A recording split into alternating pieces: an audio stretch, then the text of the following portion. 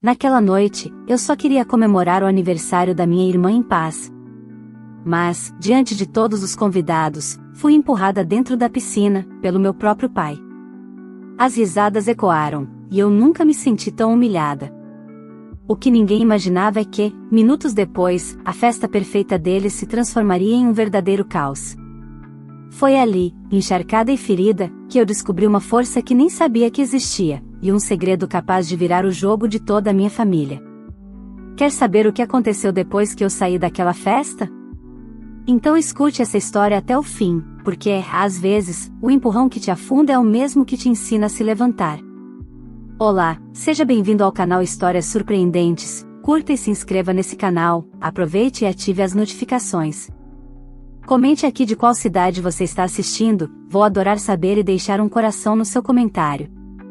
Desde criança, aprendi que amor, na minha casa, tinha medidas. E a minha sempre foi pequena. Enquanto minha irmã, Helena, era tratada como a filha perfeita, eu parecia ser o erro que meus pais evitavam olhar por muito tempo. Ela era o orgulho da família, a menina dos olhos do papai, a que ganhava tudo sem precisar pedir. Eu era a que trabalhava desde cedo, a que ouvia que precisava se esforçar mais para ser alguém na vida. Com o tempo, deixei de tentar agradar. Passei a viver na minha, estudando, trabalhando, conquistando tudo sozinha. Mas, para eles, isso nunca foi o bastante. Nenhum diploma, nenhuma conquista, nenhum esforço parecia digno de reconhecimento. Para meus pais, o mundo girava em torno da Helena, e eu orbitava em silêncio, como se minha existência fosse apenas um detalhe incômodo na fotografia da família. Quando ela completou 25 anos, meus pais decidiram fazer uma festa de aniversário grandiosa. Era como se estivessem celebrando a coroação de uma princesa. Contrataram buffet, banda, decoração temática e até fotógrafo profissional. O convite chegou para mim por mensagem fria, protocolar, sem um espero que venha. Pensei em recusar, mas algo dentro de mim dizia que eu precisava estar ali, talvez para encerrar de vez um ciclo de humilhações que parecia interminável. Cheguei à festa com um vestido simples, porém elegante. Fui recebida com sorrisos forçados e olhares atravessados. Minha mãe me abraçou com uma rapidez que beirava a impaciência e comentou: "Ainda bem que veio, querida. Só tenta não chamar muita atenção, ok? Hoje é o dia da sua irmã." Engoli o nó na garganta e apenas acenei. Meu pai, por sua vez, estava sóbrio, impecavelmente vestido, cercado por convidados, elogiando a filha em cada frase. "Helena é um exemplo de doçura e beleza", dizia com orgulho, como se o mundo girasse em torno dela. E talvez, para ele, realmente girasse. Enquanto observava de longe, notei que minha irmã parecia ainda mais satisfeita ao perceber meu desconforto. O tempo todo, ela fazia questão de me incluir em piadinhas sutis, sempre com aquele sorriso debochado. Em certo momento, uma amiga dela me perguntou: "Você é mesmo irmã da Helena? Nossa, vocês são tão diferentes." Antes que eu pudesse responder, Helena riu e completou: "Sim, mas a gente aprendeu a conviver." Ela sempre foi mais reservada, digamos assim. A risada coletiva soou como um tapa. Fingi que não me importava, mas cada palavra dela me feria como agulhas invisíveis.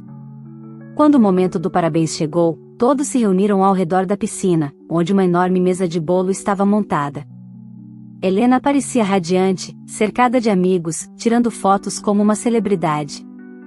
Meus pais a observavam com um brilho nos olhos que eu jamais vi direcionado a mim. Eu estava um pouco afastada, tentando não chamar atenção, quando meu pai, em um tom que misturava ironia e autoridade, disse alto o bastante para todos ouvirem: "Filha, venha mais perto. Tire uma foto com a sua irmã, vai ser lindo." Antes que eu pudesse me aproximar, senti um empurrão firme nas costas. Em um segundo, perdi o equilíbrio e caí dentro da piscina. A água gelada me engoliu junto com o som das gargalhadas ao redor. Quando emergi, encharcada e atonita, vi Helena segurando o riso e dizendo: "Ah, pai, foi só uma brincadeira." Ela leva tudo tão a sério. Meu pai não negou, apenas sorriu satisfeito, como se tivesse acabado de provar um ponto. Saí da piscina em silêncio, com o vestido colado ao corpo, o rosto ardendo de vergonha e o coração fervendo de algo que nunca tinha sentido com tanta força, raiva. Nenhum dos dois veio me ajudar. Ninguém se importou. Peguei minha bolsa, olhei uma última vez para eles e saí. Mas o que eles não sabiam era que aquela festa não terminaria com minha humilhação. Minutos depois, o riso deles se transformaria em pânico. E, pela primeira vez, quem assistiria de longe seria eu. Caminhei até o portão da casa sentindo o peso da água fria escorrer pelo corpo. O som das risadas ainda ecoava atrás de mim, misturado à música alta e às vozes fingidamente alegres. Cada passo que eu dava parecia me afastar não apenas da festa, mas de uma vida inteira de submissão. Quando cheguei à rua, respirei fundo e percebi que, apesar da vergonha, algo dentro de mim estava calmo. Eu não choraria. Não mais. Entrei no carro e me olhei no retrovisor. O rímel borrado, o cabelo colado no rosto, o vestido arruinado. Mas o olhar era outro, firme, decidido. Peguei o celular e abri a galeria. As fotos e vídeos que eu tinha feito ao longo da noite estavam lá, o momento em que Helena zombava de mim, as frases cruéis da minha mãe, os risos dos convidados. Eu não havia planejado aquilo, mas, curiosamente, tinha gravado parte do evento para guardar lembranças. Agora, essas lembranças seriam minha arma. Enquanto dirigia, as palavras do meu pai ecoavam na mente: tire uma foto com a sua irmã, vai ser lindo. A frase que precedeu minha queda. Eu revia a cena repetidas vezes e sentia o estômago revirar. Quantas vezes eu havia suportado pequenas humilhações para manter a paz? Quantas vezes me calei para não parecer ingrata? Aquela noite tinha sido o limite. Cheguei em casa e sentei no sofá ainda molhada. O telefone começou a vibrar com mensagens de parentes, algumas debochadas, outras disfarçadas de preocupação. Foi só uma brincadeira, diziam. Seu pai não quis te magoar. Eu deixei todas sem resposta. O que ninguém sabia é que, minutos depois que saí, a festa começou a desmoronar, e eu não precisei mover um dedo para isso. Uma das convidadas, inconformada com a cena, havia filmado tudo. O vídeo se espalhou pelos grupos de mensagens mais rápido do que qualquer boato. Em questão de minutos, o empurrãozinho do meu pai virou assunto da cidade. Pessoas comentavam sobre a crueldade da família, sobre como eu fui ridicularizada em público. O que antes era motivo de riso, agora se tornava vergonha coletiva. Por volta da meia-noite, meu telefone tocou. Era Helena. Ignorei. Tocou de novo. E mais uma vez. Na quarta chamada, atendi. O que você fez? Ela gritou, sem sequer esperar um alô. O vídeo está em todos os lugares. Papai está furioso, mamãe está chorando, e você vai pagar por isso. Engraçado, respondi, com voz calma. Eu não fiz nada. Só saí da festa. Do outro lado da linha, ouvi o barulho de portas batendo, vozes alteradas. Aquela casa que antes parecia perfeita começava a mostrar rachaduras. Você sempre foi invejosa. Helena continuou. Está adorando ver a gente passar vergonha, não é? Eu só estou colhendo o que vocês plantaram, disse antes de desligar. Senti o coração acelerado, não de medo, mas de libertação. Pela primeira vez, eu não era vítima silenciosa.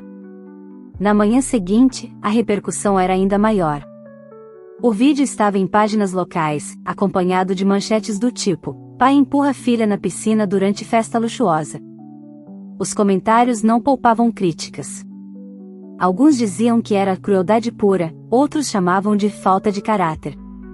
Meus pais, obcecados pela reputação, começaram a ligar para todos os convidados tentando controlar o estrago. Recebi uma mensagem curta da minha mãe: você precisa tirar isso da internet agora. Está nos envergonhando. Ri sozinha. Respondi: Eu só fui empurrada. No trabalho, meus colegas me olhavam com uma mistura de pena e respeito. Alguns sabiam da relação complicada com minha família, mas ver aquilo publicamente exposto dava uma dimensão diferente. Uma amiga se aproximou e disse: "Eu vi o vídeo. Não sei como você aguentou tudo isso por tanto tempo." Sorri com leveza. Porque eu ainda acreditava que um dia eles mudariam. Mas agora eu sei que não vale a pena esperar. À noite, sentei na varanda e pensei em tudo. Pela primeira vez, não senti culpa, nem remorso. Senti poder. A humilhação pública que planejaram para mim se voltou contra eles, e eu nem precisei me vingar. Ainda assim, uma parte de mim sabia que aquilo era apenas o começo. O vídeo era só a faísca. O verdadeiro incêndio ainda estava por vir. Fechei os olhos, respirei fundo e fiz uma promessa silenciosa: eu não apagaria nada. Nem o vídeo, nem a lembrança, nem a dor. Tudo serviria de combustível. Porque se minha família havia me empurrado para o fundo, eu agora aprenderia a nadar e subir à superfície sozinha. Nos dias seguintes, o vídeo tomou proporções que nem eu esperava. O empurrão virou meme, manchete e debate. As pessoas discutiam nos comentários como alguém podia fazer aquilo com a própria filha. Alguns tentavam justificar, dizendo que família é assim mesmo, mas a maioria ficava revoltada. Cada curtida, cada compartilhamento era uma forma silenciosa de justiça que eu jamais imaginei receber. Meus pais, obcecados com a imagem que sempre quiseram manter, entraram em desespero. Minha mãe ligava para jornais locais, implorando que não usassem o nome da família. Meu pai, que sempre fez questão de parecer o homem orado da vizinhança, passou a ser reconhecido nas ruas como o pai que empurrou a filha. O orgulho que o movia começou a se transformar em vergonha. Na manhã de terça-feira, ele apareceu na porta do meu apartamento. Estava sério, vestindo a mesma expressão fria de sempre. "Precisamos conversar", disse, sem nem pedir para entrar. Cruzei os braços.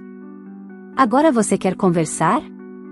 Ele respirou fundo, tentando conter a irritação. "O vídeo precisa sumir. Você sabe o estrago que está fazendo na nossa reputação." "Nossa?" Repeti. "Ou na sua?" Ele ficou em silêncio por alguns segundos.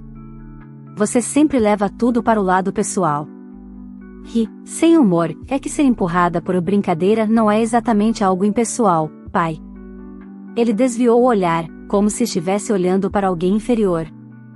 "Você deveria entender que às vezes a gente passa dos limites." "Eu não queria te humilhar. Foi um momento infeliz." "O problema é que para vocês, momentos infelizes acontecem toda vez que eu respiro", respondi, firme. E dessa vez, a plateia viu. Ele tentou manter o controle, mas viu o orgulho vacilar. Sem despedida, saiu e bateu à porta. Foi a primeira vez que o vi sem ter a última palavra.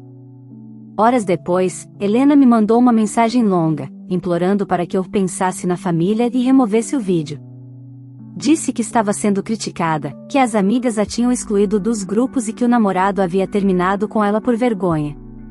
"Você venceu, tá feliz?", ela escreveu. Respondi apenas: "Não era uma competição.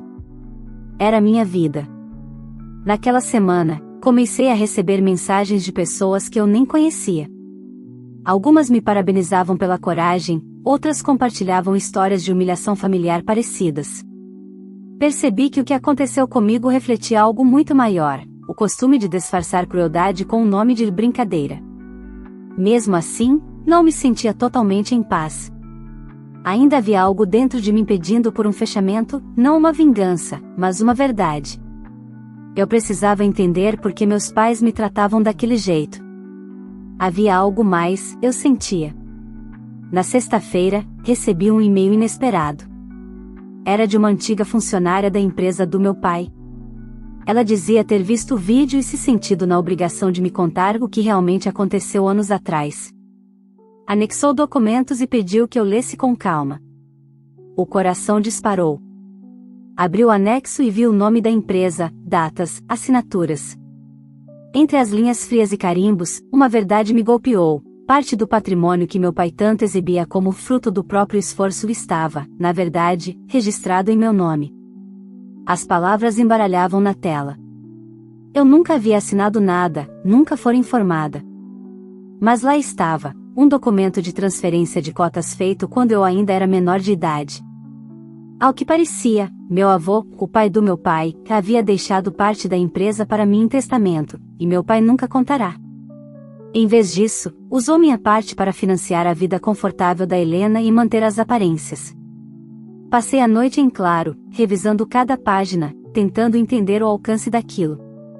Aquilo não era só uma questão de dinheiro, era sobretudo o que tiraram de mim: reconhecimento, respeito, identidade. Na manhã seguinte, procurei um advogado. Expliquei o caso, mostrei os documentos, e ele me ouviu com atenção. Isso é sério, disse, após ler tudo. Se confirmarmos a autenticidade, você tem direito a uma parte considerável da empresa. Eu não quero dinheiro, respondi. Quero que eles saibam que eu sei. Ele sorriu de forma compreensiva. Às vezes, saber já é o bastante para virar o jogo. Saí do escritório sentindo um tipo de força que eu nunca tinha experimentado. A vergonha que senti naquela piscina estava desaparecendo, dando lugar a uma confiança silenciosa. Pela primeira vez, eu tinha algo que eles não podiam manipular: a verdade. Enquanto caminhava pela rua, o sol batendo no rosto, pensei em como a vida é irônica. Me empurraram para o fundo achando que eu afundaria, mas foi ali que aprendi a respirar sozinha. Agora, eu estava prestes a emergir, e dessa vez, seria impossível me ignorar.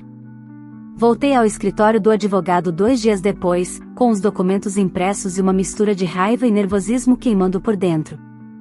Ele já tinha feito uma análise preliminar e confirmou o que eu temia, e, ao mesmo tempo, desejava: os papéis eram autênticos. O testamento do seu avô está registrado em cartório, explicou, mostrando o selo de autenticidade.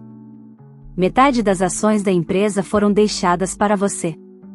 Seu pai assumiu o controle quando você ainda era menor de idade e nunca repassou nada. Senti o ar sumir por um instante. Então, ele usou meu nome para continuar dono de tudo? Exato. Legalmente, você é sócia da empresa. Só que ele mascarou isso todos esses anos. Saí do escritório com as mãos trêmulas, mas a mente fria. Tudo o que eu precisava estava ali. Decidi que não contaria nada por telefone nem por mensagem. Aquilo merecia ser dito olhando nos olhos de cada um deles. No domingo, fui até a casa dos meus pais. O portão estava aberto, como sempre. A fachada continuava impecável, mas algo no ar parecia diferente, como se a harmonia forjada por anos começasse a desmoronar. Toquei a campainha, e quem atendeu foi Helena.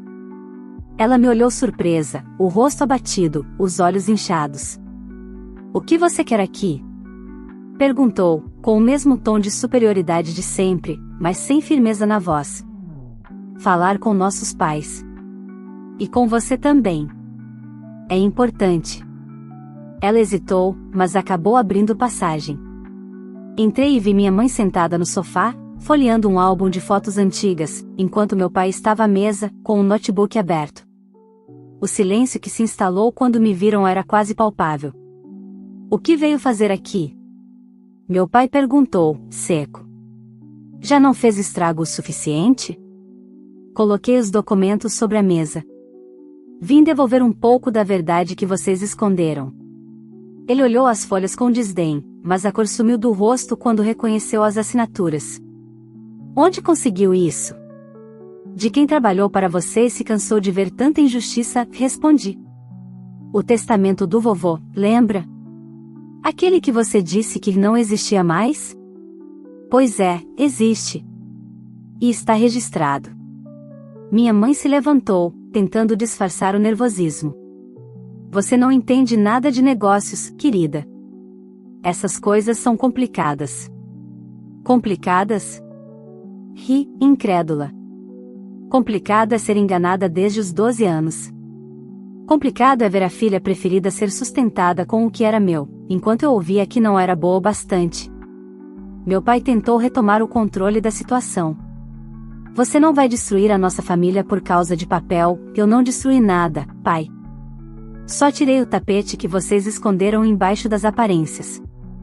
Por um momento, o silêncio pesou tanto que pude ouvir o som distante de um relógio na parede. Helena se aproximou, confusa. Isso é sério? É, sim, respondi sem olhar para ela. E você se beneficiou disso também. Tudo que teve de viagens, roupas, a faculdade que nunca terminou, saiu da minha parte. A expressão dela se quebrou. Pela primeira vez, vi culpa nos olhos que sempre me olharam com desdém. Eu não sabia porque nunca quis saber, retruquei. Enquanto eu me virava para pagar minhas contas, vocês viviam do que me pertencia. Meu pai tentou interromper, mas eu continuei, firme, e sabe o que é pior? Eu teria perdoado tudo, se ao menos tivesse recebido um pedido de desculpas quando me empurrou naquela piscina. Mas não. Vocês riram. E agora o riso acabou. Minha mãe se aproximou, a voz trêmula. O que você vai fazer com isso? Ainda não decidi. Mas, por enquanto, quero que saibam que o nome que tanto tentaram apagar agora pesa mais do que o de vocês. Peguei as folhas de volta e me levantei. O olhar do meu pai era uma mistura de raiva e medo, o mesmo homem que sempre controlou tudo agora parecia pequeno diante da filha que desprezou. Quando saí da casa, senti o vento frio bater no rosto e uma sensação estranha me invadir, liberdade. Pela primeira vez, não me sentia a ovelha negra. Eu era a dona da história, e eles sabiam disso. Naquela noite, recebi uma ligação de um número desconhecido. Era o advogado da empresa, dizendo que meu pai o havia procurado às pressas. Ele quer propor um acordo, explicou o advogado. Está disposto a reconhecer sua parte oficialmente, contanto que você não exponha mais nada. Fiquei em silêncio por alguns segundos. Diga a ele que agora quem decide sou eu. Desliguei o telefone e, pela primeira vez em muito tempo, dormi em paz. Mas algo me dizia que aquele seria apenas o primeiro movimento de um jogo que estava longe de terminar. E, dessa vez, eu não seria a peça descartável, eu seria quem movia o tabuleiro. Nos dias que se seguiram ao confronto, o silêncio tomou conta. Nenhum deles me procurou, e eu também não senti vontade de dar o primeiro passo. Sabia que o orgulho deles estava ferido, mas, pela primeira vez, não era o meu que sangrava. Eu observava de longe, acompanhando as movimentações discretas, o advogado da família tentando contornar a situação, a empresa sob rumores, e Helena, cada vez mais reclusa, evitando ser vista em público. A imagem da família perfeita lhe estava ruindo, e eu nem precisava levantar um dedo. Mas a calma aparente não duraria muito. Na quinta-feira pela manhã, fui surpreendida por uma intimação judicial. Meu pai estava entrando com um processo contra mim, alegando o uso indevido de documentos confidenciais. Senti uma mistura de indignação e ironia. Ele realmente achava que podia inverter a narrativa. Mostrei a intimação ao meu advogado, que apenas balançou a cabeça. Isso é desespero, disse. Ele quer te intimidar. Mas temos provas suficientes para desmontar qualquer acusação. Então que ele tente, respondi, fria. Já não tenho medo dele. Decidimos não apenas nos defender, mas agir. Entramos com uma ação para exigir o reconhecimento formal da minha parte na empresa. Aquilo deixou meu pai sem chão. Acostumado a ditar as regras, agora era ele quem recebia notificações judiciais, quem precisava responder a prazos e justificar assinaturas que esconderam uma herança por mais de uma década. No final de semana, recebi uma ligação inesperada. Era Helena. Podemos conversar? Perguntou, a voz baixa, sem o tom arrogante de antes. Aceitei, mas deixei claro que não era hora de fingir irmandade. Nos encontramos em um café afastado. Quando ela chegou, parecia menor, os olhos cansados, o sorriso apagado. Eu não sabia de nada, começou, nervosa. Mamãe e papai sempre me disseram que o vovô não tinha deixado nada. Cruzei os braços, cética. E você nunca questionou? Eu não quis ver. Ela abaixou o olhar. Sempre achei que, se eu seguisse o que eles queriam, teria o amor deles. Soltei um suspiro. Bem-vinda ao clube. Ela sorriu de leve, sem graça. Eu sei que não mereço seu perdão.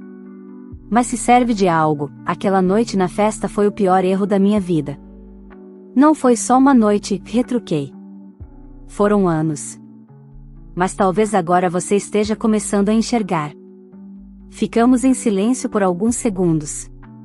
Depois, ela tirou algo da bolsa, uma pasta com papéis e registros bancários. Encontrei isso no escritório do papai, disse, empurrando o material para mim. Acho que ele transferiu parte dos lucros da empresa para uma conta pessoal no exterior, usando seu nome. Meu coração acelerou. Peguei os documentos e comecei a folheá-los. As transferências estavam lá, com datas, valores e assinaturas falsificadas. Ele está tentando se proteger, murmurei. Ou fugir, completou Helena. Desde que te confrontou, ele tem feito ligações estranhas. Mamãe finge que não percebe, mas eu sei que algo está errado.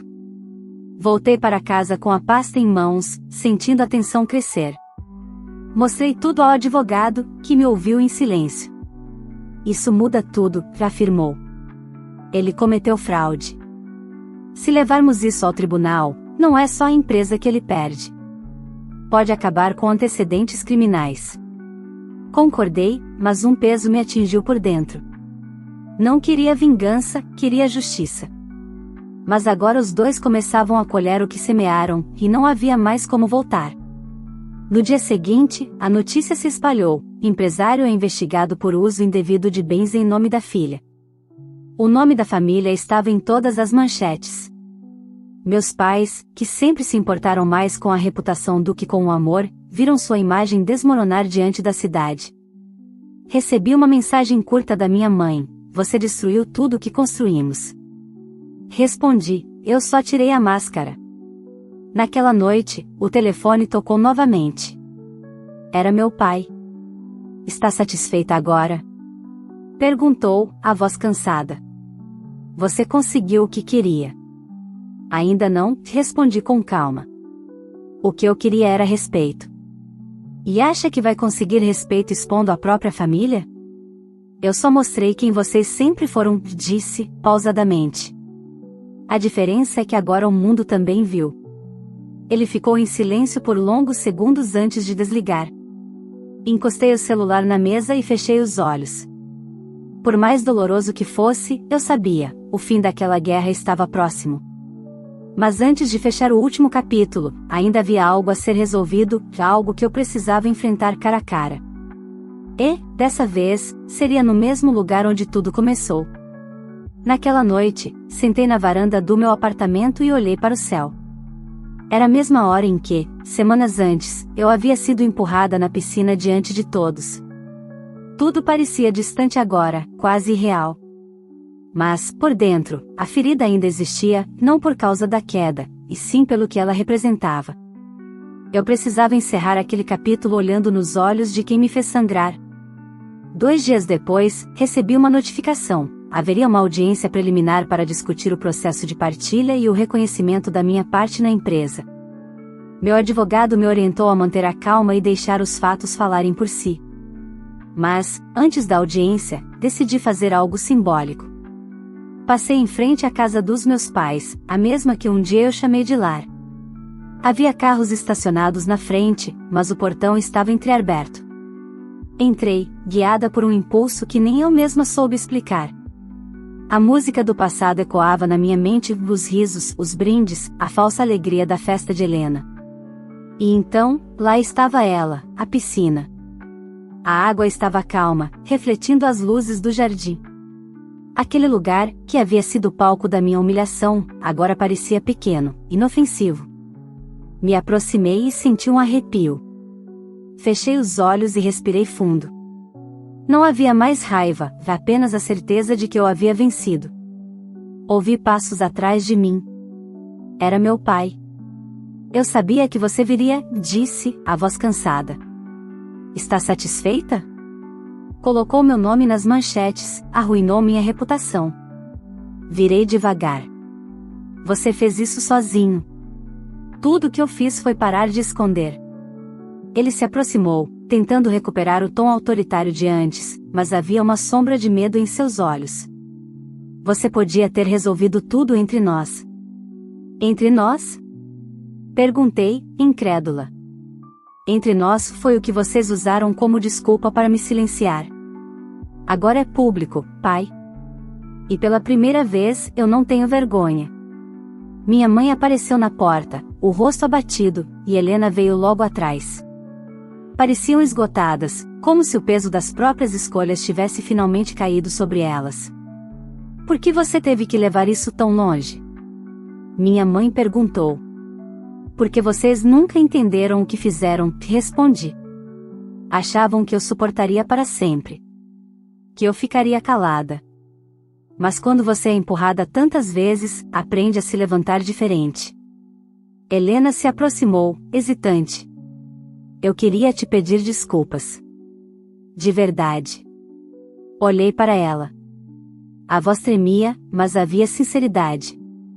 Eu acredito em você, disse. Só não espere que tudo volte a ser como antes. Ela concordou, chorando em silêncio. Meu pai permaneceu calado. O homem que um dia me olhou com desprezo agora mal conseguia sustentar o próprio olhar. Sabe o que é irônico, pai?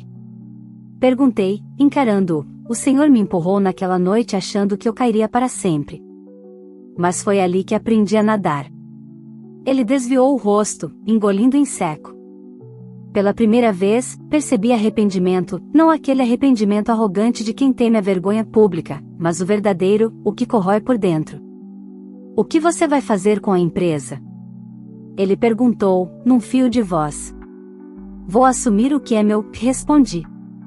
Mas não vou repetir seus erros. Não vou usar ninguém para me sentir no controle. Ficamos em silêncio por um longo momento. O vento balançava as folhas das árvores, e o reflexo da piscina tremulava como se carregasse memórias. Adeus, pai, murmurei. Espero que um dia você entenda que o respeito vale mais que qualquer herança. Saí dali sem olhar para trás. No portão, ouvi minha mãe chamar meu nome, mas não parei. Havia encerrado o ciclo. A audiência aconteceu 3 semanas depois. Tudo correu como previsto, os documentos foram confirmados, meu nome reconhecido oficialmente como sócia legítima e as irregularidades cometidas por meu pai ficaram registradas. Ele evitou a prisão, mas perdeu o controle sobre a empresa. Enquanto eu assinava os papéis, senti um alívio indescritível. Não era sobre dinheiro, era sobre justiça. Sobre finalmente ser vista, não como a filha esquecida, mas como alguém que se levantou do fundo e reconstruiu a própria história. Helena me enviou uma mensagem dias depois, obrigada por não ter deixado tudo acabar em ódio. Eu estou tentando mudar. Respondi apenas, eu também mudei. Só que, desta vez, por mim. Na semana seguinte, voltei à piscina, não a da casa deles, mas uma pública, simples, perto do meu novo apartamento.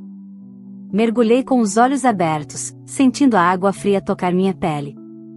Sorri. Era simbólico, o mesmo elemento que um dia me humilhou agora me purificava. Quando emergi, olhei para o céu e percebi algo simples, mas poderoso, eu não precisava mais provar nada. A menina que saiu encharcada e em silêncio daquela festa havia morrido ali mesmo. A mulher que saiu depois, essa aprendeu a transformar dor em coragem. E, naquela paz silenciosa, eu soube, eles me empurraram para o fundo, mas foi lá que aprendi a respirar. Se você chegou até aqui, me conta, você teria feito o mesmo que essa filha fez? Depois de tudo que ela passou, você teria enfrentado a própria família ou preferiria se afastar em silêncio? Quero muito saber a sua opinião.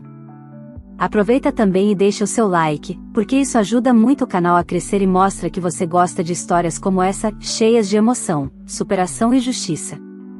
Se ainda não é inscrito, se inscreva agora e ative o sininho para não perder as próximas histórias que estão de arrepiar. Ah, e me conta de qual cidade você está assistindo este vídeo. Quero passar nos comentários e deixar um coração especial para quem ficou comigo até o final dessa história. Compartilhe esse vídeo com alguém que precisa ouvir que, por mais fundo que a gente caia, sempre é possível se reerguer e que, às vezes, o fundo é apenas o começo de uma nova vida.